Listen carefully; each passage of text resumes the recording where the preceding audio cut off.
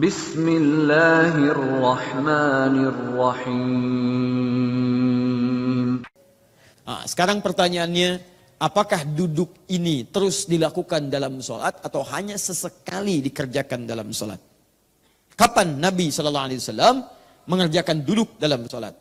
Ternyata pembahasan para ulama di kitab-kitab keterangan tentang sifat sholat Nabi SAW terkhusus yang dibahas tuntas itu oleh Ibnul Qayyim Al-Jauziyah dalam sifat sholat Nabi. Di sini beliau bahas tuntas tapi kalimatnya ringkas. Ya, di halaman ke-70 sampai 71 beliau bahas ini. Ya. Kemudian penjelasan yang ini kalau ingin lebih jelasnya lagi, Anda temukan dibahas lengkap tentang cara duduknya Nabi beserta kapan dia munculnya, bagaimana status hukumnya, seperti apa sebenarnya dipraktikkan di kitabnya Syekh Ibnu Utsaimin yang ini, terbitan Al-Qawam. Ya, jadi nanti kita satukan jadi satu, mudah-mudahan jadi diktat untuk pedoman kita. Nah, beliau kemudian sampaikan di sini, nanti saya cek setelah saya sampaikan. Kesimpulannya, fokus. Di awal-awal masa Nabi SAW menunaikan salat, baik, beliau tidak nampak kemudian mengambil posisi duduk, bangkit dari sujud. Jadi tidak mengambil posisi duduk. Jadi beliau sujud, kemudian bangkit, langsung bangkit, tidak duduk, sujud terlebih dahulu. Tidak duduk terlebih dahulu. Paham? Contoh. Mas Boy.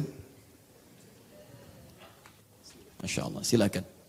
Tadi beliau sedang mencatat ya, jadi saya minta dulu, mudah-mudahan nanti nyambung. Jadi beliau praktek, beliau mencatat. Catatannya dibukukan, jadilah catatan. Nah, Mas Boy. Mas bukan yang lain. Dah ya, lihat sini. Sujud. Sekarang pertama di awal-awal masa-masa kenabian SAW diperintahkan untuk salat. Terdapat riwayat-riwayat bahwa Nabi SAW itu jarang ditemukan beliau duduk. Jadi begitu bangkit, silakan. Tidak duduk tapi langsung naik. Paham? Seperti ini. Jelas? Sesekali, ingat sesekali ditemukan Nabi SAW khususnya seringkali terlihat pada tahun ke-9 Hijrah. 9 Hijrah. Berapa usia Nabi? Mas Boy? Sedang sholat, tidak usah menjawab. Baik ya? Nabi diangkat jadi Rasul usia berapa? 40 tahun. Hijrah ke Madinah usia berapa? Nabi kan di Mekah 13 tahun, kan? Plus 13. Baik ya. Usia berapa tahun? 53 tahun. Tambah 9? 62 tahun. Nabi wafat usia berapa tahun? Kurang lebih 63 tahun ke 10 Hijrah. Berarti setahun sebelum wafat. Pertanyaan saya, usia Nabi sudah sepuh atau belum? Sudah sepuh. Baik, salatnya berdiri atau duduk? Jangan mengarang. Jangan mengarang. Kalau tidak tahu katakan apa? Wallahu a'lam. Baik, setahun sebelum Nabi wafat, kebanyakan Nabi SAW menunaikan salat itu sering sekali beliau duduk. Bahkan salat malamnya sering duduk. Karena ayat yang dibaca panjang. Tidak punya kemampuan terlampau lama beliau untuk berdiri. Saking inginnya tahajud, tapi sulit menyeimbangkan antara fisik dengan bacaan yang panjang itu. Kan sering saya katakan, Nabi kadang seringkali satu rakaatnya 5 juz 4 halaman. Baik ya? Panjang berdiri, tidak punya kemampuan seperti biasa awalnya, maka beliau seringkali duduk. Artinya, fisiknya sudah mulai ada penurunan.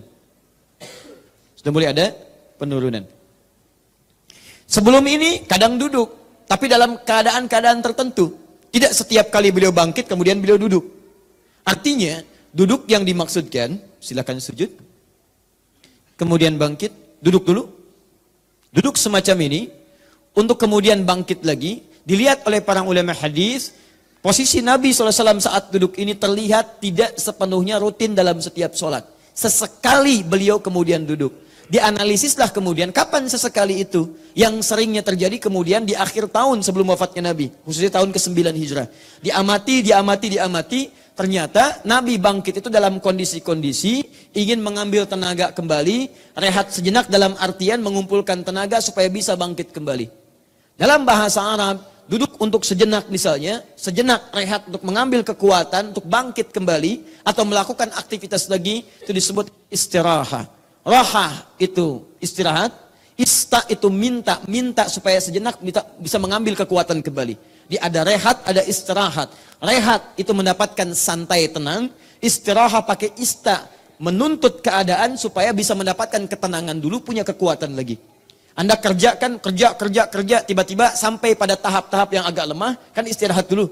Supaya recovery lagi, dan ada kekuatan lagi. Maka dibuatlah dalam bahasa Indonesia, diserap dari bahasa Arab, istirahat.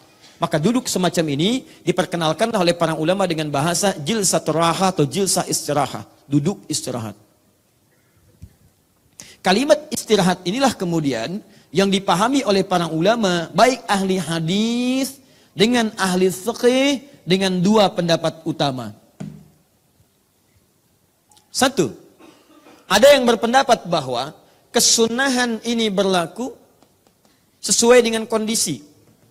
Artinya kalau kondisi Anda memang menuntut untuk bisa rehat sejenak pada saat itu, tidak langsung bangkit. Misal, kalau bangkit dari sujud Anda terlampau misalnya, gerakan cepat terlalu capek. Atau kondisinya misalnya menyulitkan. Dari mulai sujud tiba-tiba langsung bangkit, menyulitkan bagi Anda. Maka berlaku kesunahan ini, sunnah hukumnya dan berpahala ketika Anda duduk. Paham? Tapi kondisi sebaliknya, jika memang memungkinkan Anda dari sujud langsung bangkit, tidak harus duduk, maka yang dimaksud sunnahnya adalah bangkit, tidak harus duduk di sini. Ini kata pendapat yang pertama, paham? Nah, saya ingat saya sedang merangkum dua kitab ini, nanti rujukannya Anda kembalikan ke sini. Ingat, kalau saya sedang bahas sesuatu secara menyeluruh, Anda simpan dulu kebiasaan Anda, supaya nanti kita bahas ini, setelah itu kita keluarkan kebiasaan Anda sesuai dengan argumentasi dalilnya. Paham? Baik. Dua, ada pendapat kedua mengatakan, sepanjang Nabi mempraktekkan untuk duduk itu, jangan dilihat antara butuh tidaknya. Yang penting duduk itu dikerjakan oleh Nabi. Artinya posisi duduk itu, mau dalam keadaan kita perlu untuk duduk dulu, atau kita merasa kuat dalam bersemangat, tidak ada masalah. Karena Nabi pernah praktekkan keadaan duduk itu. Dan Nabi pernah tunjukkan pada satu kaum di tahun 9 Hijrah, kata Nabi memberikan contoh pada mereka, lakukan seperti ini, duduk dulu. Dan tidak semua orang yang hadir pada saat itu memiliki fisik kondisi seperti Nabi. Artinya dia butuh istirahat, ada yang semangat, ada yang kuat. Ini menunjukkan kata pendapat yang kedua, tidak ada masalah. Duduk itu sangat dianjurkan, sunnah di situ, baik dalam keadaan Anda misal sedang butuh tenaga, atau bahkan sedang kuat semangat, maka dianjurkan duduk terlebih dahulu sebagai contoh dari Nabi SAW. Paham seperti ini? Baik, kira-kira pendapat 1 dan 2, mana yang benar? Yang cenderung 1 angkat tangan. Cenderung 2 angkat tangan. Alhamdulillah. Yang dua-duanya? Masya Allah. Yang benar adalah dua-duanya. Yang salah? Yang tidak sholat. Ya, sepakat ya? Jadi, 1 atau 2, ini hanya pendekatan cara memahami saja. Yang pertama mengatakan, iya, ini boleh duduk nih. Cuman Nabi itu kan duduk pada saat beliau merasa fisiknya kurang maksimal untuk bisa langsung bangun. Karena itu sunnahnya berlaku pada saat itu. Kalau tidak, nggak usah dikerjakan. Tapi yang satu pun bersepakat, kalaupun dia duduk gak ada masalah. Dan tidak disebut dengan bid'ah. Ingat, bersepakat mereka kalau duduk gak apa-apa. Cuma bagi kami, praktek duduk itu dilakukan saat dalam keadaan butuh untuk duduk. Tapi kalau Anda mau duduk, silahkan saja, gak ada masalah. Paham? Yang kedua memahami, kalau saya agak berbeda. Kalau saya, sepanjang Nabi pernah kerjakan, artinya boleh dilakukan. Boleh dikerjakan. Karena Nabi pernah lakukan itu. Dan Nabi tidak mengingkari ketika ada sahabat yang sholat kemudian duduk dulu. Artinya itu boleh dilakukan dan ada pahala saat melakukannya. Paham? Baik. Imam Asy-Syafi'i berpendapat daripada tidak dikerjakan sama sekali, saya lebih baik kerjakan. Karena saat dikerjakan ada pahala diberikan. Kalau tidak, sama sekali. Paham? Alhamdulillah. Jelas ya? Ini persis sama saja dengan kunut. Ya, sama, hampir sama dengan kunut.